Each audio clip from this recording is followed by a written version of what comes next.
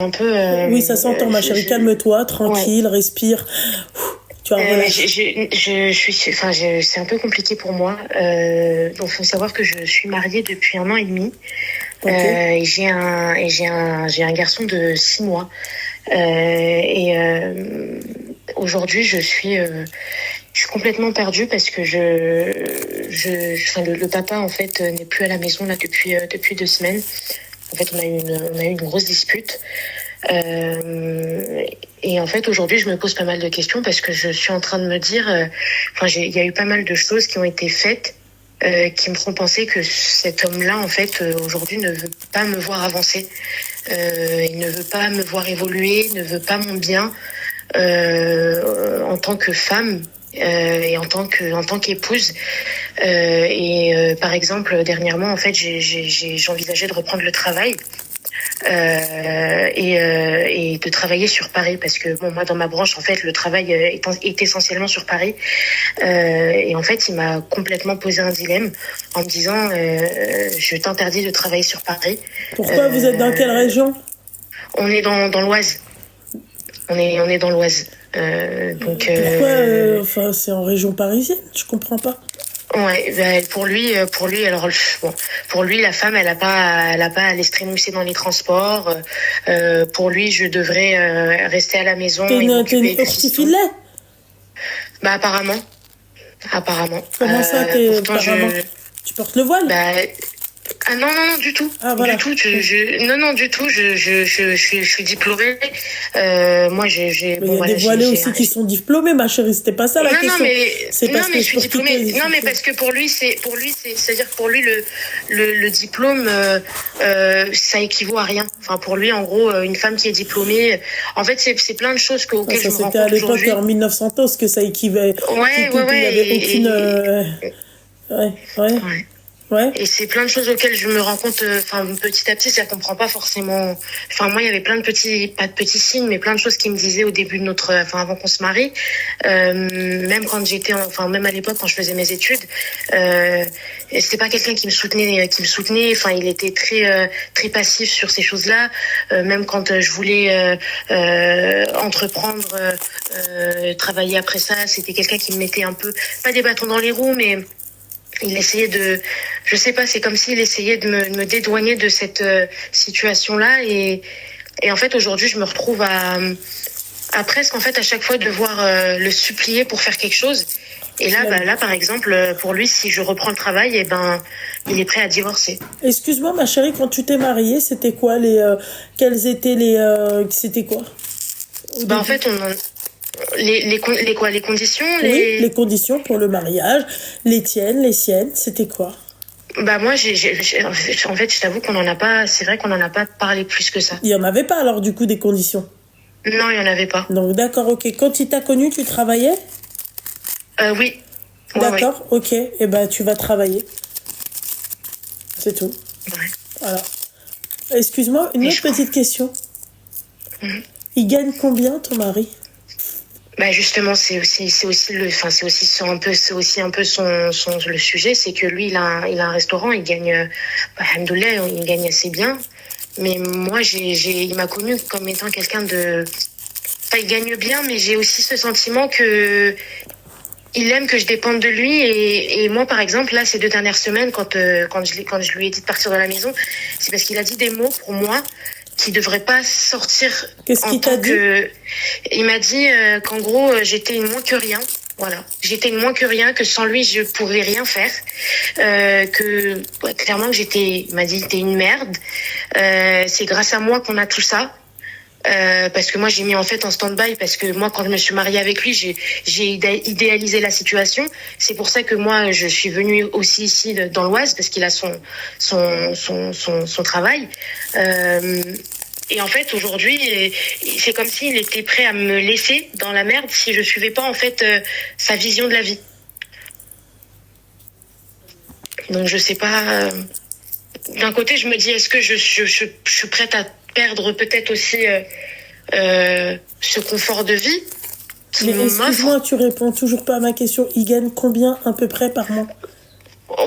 Ça varie parce que c'est rentrer dans les détails, c'est dans la restauration. Oui, je sais. C'est entre 4 et 8, ça dépend les mois. 4 et 8 000 par mois. Ton travail, tu gagnerais combien si tu travaillerais? Je suis là, par exemple, j'ai 2000 net. 2000 net? Bah, tu sais ce que tu dis. Tu dis, si tu veux que je reste à la maison, tu me poses 2000 euros net. C'est tout. Ouais, mais... Non, mais quoi? Ouais.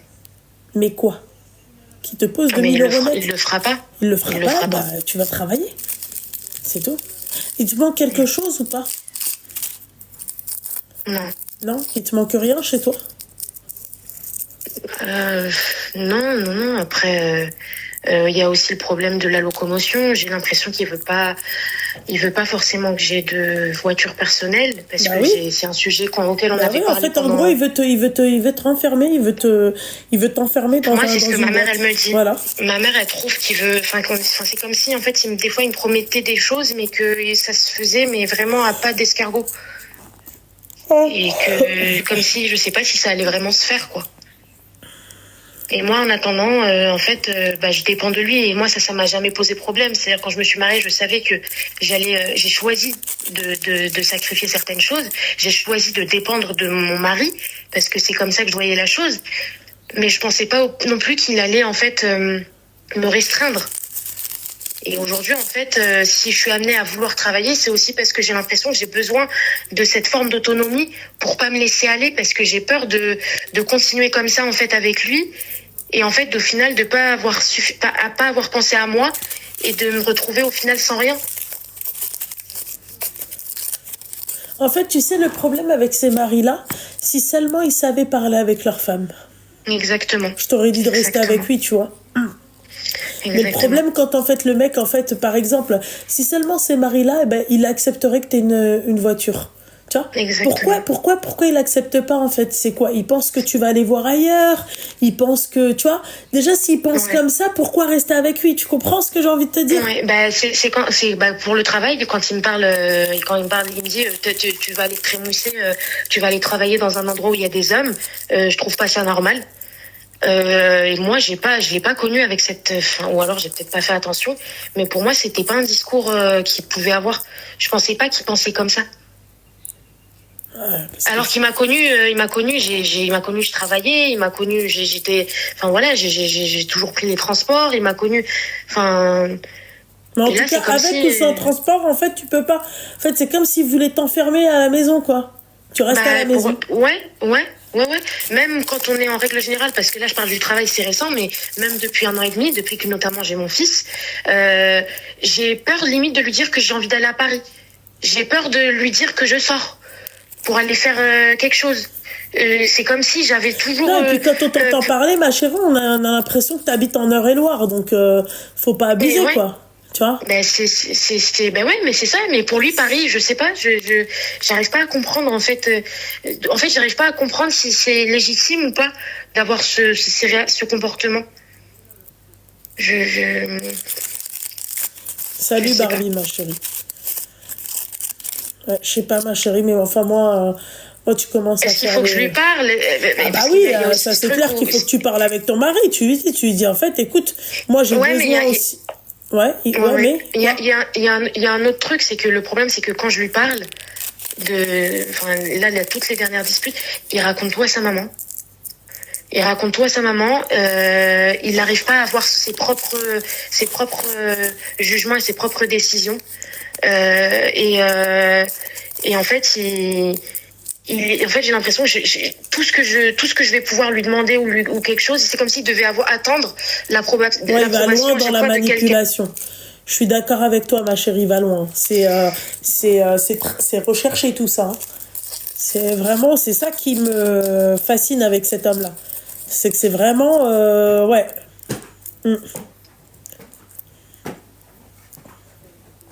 Je me dis, parce que moi là, je me dis, est-ce que je travaille, est-ce que j'ai des entretiens, est-ce que je les fais, je me dis, est-ce que j'abandonne, parce que là, en fait, il me met au pied du mur.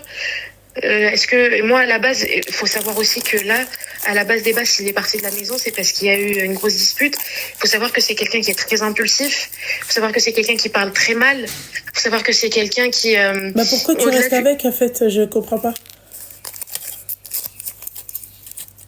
J'ai pas compris. Parce qu'aujourd'hui je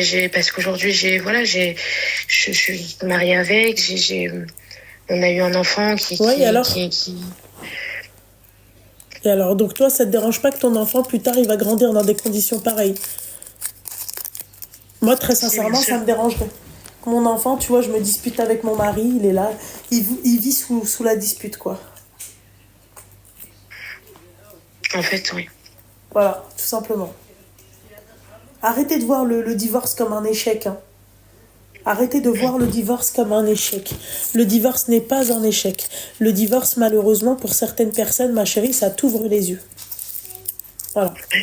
Ça t'ouvre les yeux, c'est un apprentissage. T'apprends à travers le divorce. Tu vas peut-être pas refaire les mêmes erreurs. Bah oui, ma chérie, c'est horrible. Tu crois que tout est beau, tout est rose dans la vie, ma chérie? Je comprends pas comment on peut vouloir éteindre quelqu'un comme ça alors qu'en soi je demande rien de spécial, je demande juste à aller travailler. Ouais. Tu demandes rien de spécial, mais ça dépend à qui tu demandes ça, ma chérie. Si tu demandes à un mec, par exemple, frustré, ton mec, il est frustré. Ton mec, en fait, il n'arrive pas à imposer ses yucks. Je sais pas comment t'expliquer. Il n'arrive pas, tu vois, à être un homme dans la société.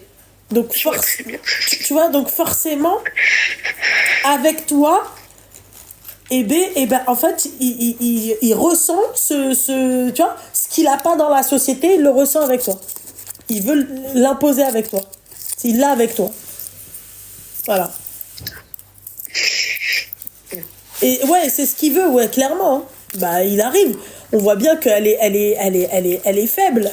Quand je te dis faible, ma chérie, c'est pas... Bien sûr. Tu vois, il voit bien que t'es vulnérable. T'es une personne vulnérable. Toi, on te dit, excuse-moi, ma chérie, on te dit coucher, pas bouger. Tu vas dire oui, coucher, pas bouger. Ah ouais, mais le pire, c'est que j'ai pas grand... Enfin, j'ai pas... Bon, après, je pense qu'aucune femme n'a envie d'être... Oui.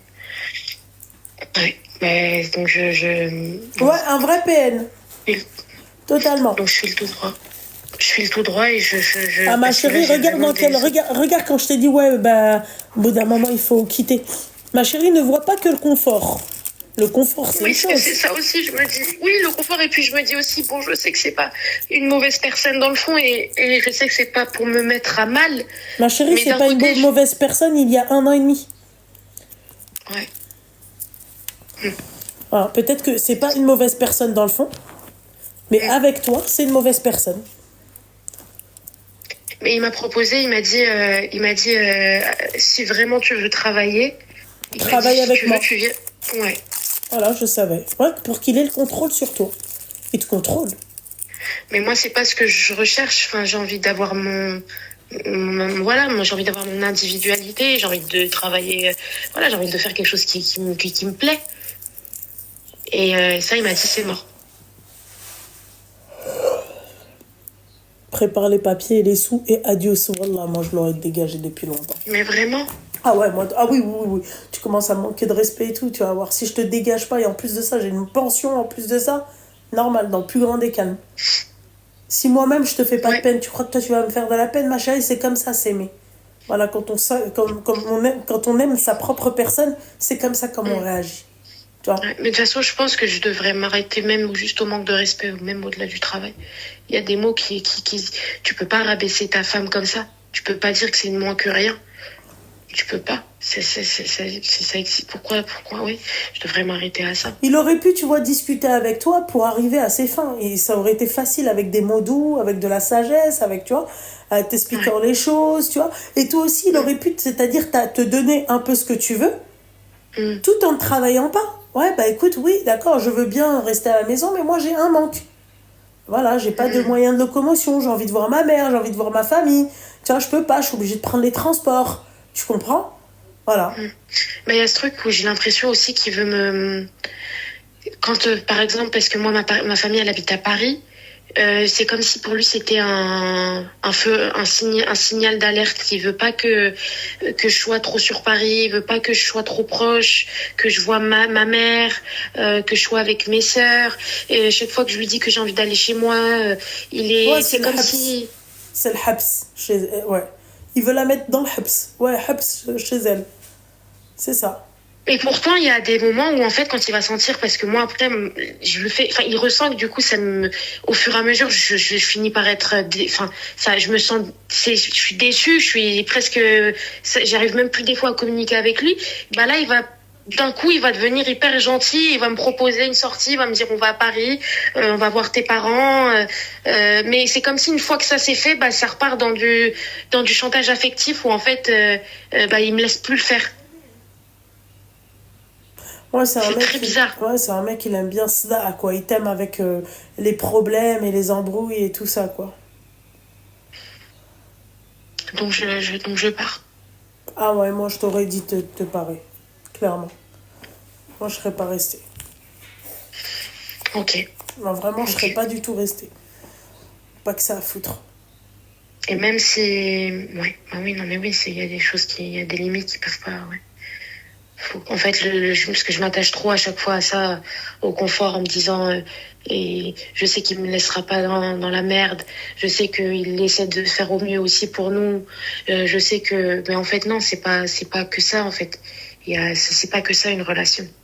Il y a le respect, il y a comprendre l'autre, il y a la notion. Il fait aucun compromis en fait pour moi. Il fait aucun compromis. Si c'est pas comme il veut en fait, c'est toujours sous la menace. Mais c'est pas possible ça. Ça peut pas changer ça de toute façon. Force à toi, ma chérie. Bah merci Loubna, merci beaucoup. Bonne soirée à toi bonne soirée. Et j'étais très contente de t'avoir au téléphone. Merci, merci beaucoup. Merci ma belle. Bonne soirée. Bonne soirée. Bisous. C'est dur, hein?